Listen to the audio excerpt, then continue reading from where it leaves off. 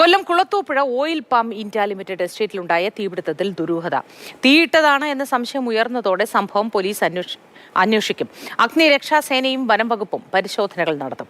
സ്ഥലത്തെ CCTV ദൃശ്യങ്ങൾ ശേഖരിക്കും. വിശദാംശങ്ങൾ കണ്ണൻ നായർ നൽകും. ഇത് തീയിട്ടതാണെന്നൊരു സംശയം തോന്നാനുണ്ടായ സാഹചര്യം എന്താണ് കണ്ണൻ?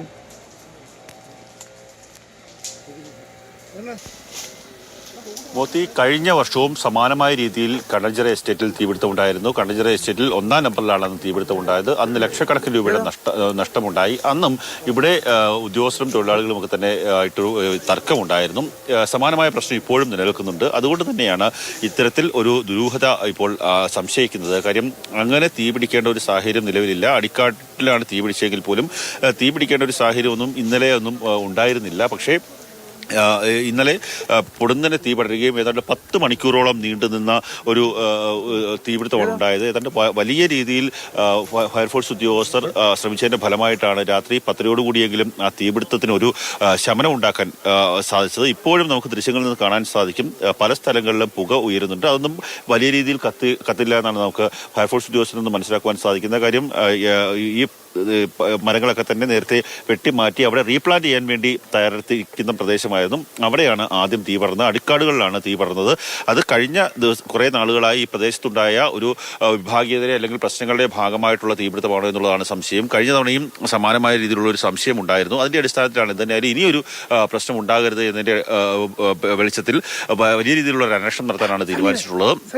അതിന്റെ ഭാഗമായിട്ടാണ് ഈ പ്ലാന്റേഷൻ ആരംഭിക്കുന്ന സ്ഥലങ്ങളിൽ നിന്നൊക്കെയുള്ള CCTV ദൃശ്യങ്ങൾ ശേഖരിക്കാൻ പോലീസ് തീരുമാനിച്ചത്. ഒപ്പം തന്നെ ഇവിടുത്തെ ഉദ്യോഗസ്ഥരെയും തൊഴിലാളികളെയും ഒക്കെ തന്നെ ചോദ്യം ചെയ്യും. ഇന്നലെ തൊഴിലാളികളാണ് ആദ്യം രക്ഷാപ്രവർത്തനത്തിന് ഇറങ്ങിയത്. തൊഴിലാളികൾ ഇറങ്ങി അവിടെ വെള്ളമൊഴിച്ചും മറ്റ് പച്ചില ഉപയോഗിച്ച് തീയെടുത്താനൊക്കെ തന്നെ ശ്രമിക്കുകയായിരുന്നു. വലിയ രീതിയിൽ അടിക്കാട് ഉള്ള പ്രദേശമാണ്. ആ അടിക്കാട്ടിലൂടെ തീപിടിച്ച് പടർന്ന് വലിയ രീതിയിൽ തീപിടുത്തം ഉണ്ടാവുകയായിരുന്നു. അതിനുശേഷം സമീപത്തൊരു മാഞ്ചിയം എസ്റ്റേറ്റ് ഉണ്ട്. മാഞ്ചിയം എസ്റ്റേറ്റിലേക്കും തീ പടരുന്ന ഒരു അവസ്ഥയുണ്ടായി. അങ്ങനെയൊക്കെ ഉള്ള സാഹചര്യം നിലനിൽക്കുന്നതിനാലാണ് ഇത്തരത്തിൽ ഒരു ദുരൂഹത സംശയിക്കുന്നത്. എന്തായാലും ഏതെങ്കിലും തരത്തിൽ അട്ടിമറി ഉണ്ടായിട്ടുണ്ടെങ്കിൽ ആ അട്ടിമറിക്ക് കാരണക്കാരായിട്ടുള്ള വ്യക്തികളെ നിയമത്തിന് മുന്നിൽ കൊണ്ടുവരിക എന്നുള്ളത് തന്നെയാണ് പോലീസിന്റെയും അതുപോലെ തന്നെ വനംവകുപ്പിന്റെയും ഫയർഫോഴ്സിന്റെയൊക്കെ തന്നെ തീരുമാനം. ഉണ്ടായത് കണ്ണൻ, എത്ര നാശനഷ്ടം ഉണ്ടായതായി വല്ലതും കണക്കാക്കപ്പെട്ടിട്ടുണ്ടോ? ഏതാണ്ട് 250 ഹെക്ടറിലധികം പ്രദേശത്ത് തീ പടർന്നു എന്നാണ് മനസ്സിലാക്കുവാൻ സാധിക്കുന്നത്. എത്രത്തോളം ഉണ്ട് എന്നുള്ളതിന്റെ വ്യാപ്തിയൊക്കെ തന്നെ ഇന്ന് മാത്രമായിരിക്കും ഒരു കണക്കെടുപ്പ് ഉണ്ടാവുക. ഒരു പ്രാഥമികമായിട്ടുള്ള ഒരു വിവരം മാത്രമാണ് നമുക്കിത് സംബന്ധിച്ച് ലഭിച്ചിട്ടുള്ളത്. വലിയ രീതിയിൽ ഈ പ്ലാന്റേഷന്റെ വിവിധ സ്ഥലങ്ങളിലേക്ക് തീ പടരുകയായിരുന്നു. മാഞ്ചിയം എസ്റ്റേറ്റിലേക്ക് തീ പടർന്നിട്ടുണ്ട്, മാഞ്ചിയം പ്ലാന്റേഷനിലേക്ക് തീ പടർന്നിട്ടുണ്ട്. ആ മാഞ്ചിയം പ്ലാന്റേഷനിലൊക്കെ തന്നെ എത്രത്തോളം നഷ്ടമുണ്ടായി എന്നുള്ളത് ഇന്ന് മാത്രമായിരിക്കും മനസ്സിലാക്കുവാൻ സാധിക്കുക. വനംവകുപ്പിന് ഇന്നലെ രാത്രി വളരെ വൈകി വനംവകുപ്പ് ഉദ്യോഗസ്ഥർ പ്രദേശത്ത് തന്നെ തമ്പടിച്ചിരുന്നു.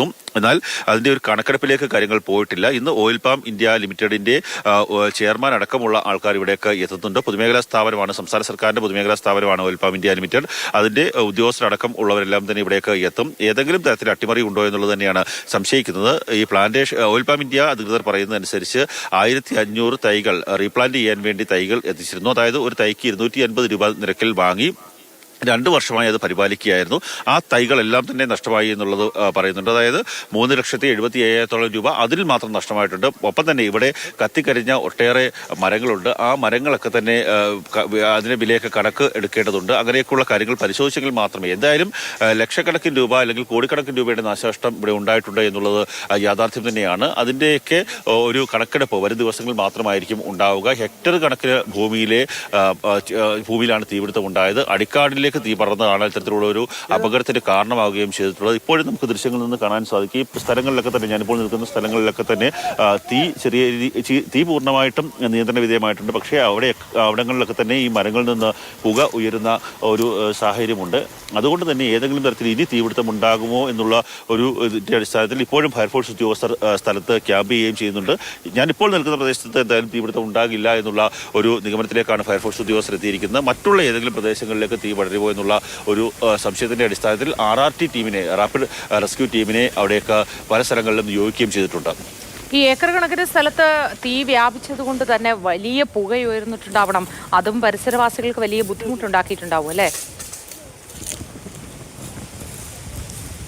തീർച്ചയായിട്ടും മോദി വലിയ രീതിയിൽ പുകയുയർന്നിട്ടുണ്ട്. നമുക്ക് ഇപ്പോൾ ഇവിടെ എത്തുന്ന സമയത്ത് ഇവിടെ നിൽക്കാൻ സാധിക്കാതെ അല്ലെങ്കിൽ ശ്വാസം എടുക്കുന്നതിന് പോലും ബുദ്ധിമുട്ടുണ്ടാകുന്ന ഒരു അവസ്ഥയിലാണ് പുക ഉയർന്നത്. ഇന്നലെ ഇതിനേക്കാൾ വലിയ രീതിയിൽ പ്രശ്നങ്ങളുള്ള ഒരു സാഹചര്യമാണ്. ഇന്നലെ ഉച്ചയോടുകൂടിയാണ് തീപിടുത്തം ഉണ്ടായത്. വലിയ കാറ്റുണ്ടായിരുന്നു. കാറ്റ് അടിച്ച് വലിയ രീതിയിൽ തീ അടിക്കാടുകളിലേക്ക് പടരുന്ന ഒരു അവസ്ഥയാണ് ഉണ്ടായത്.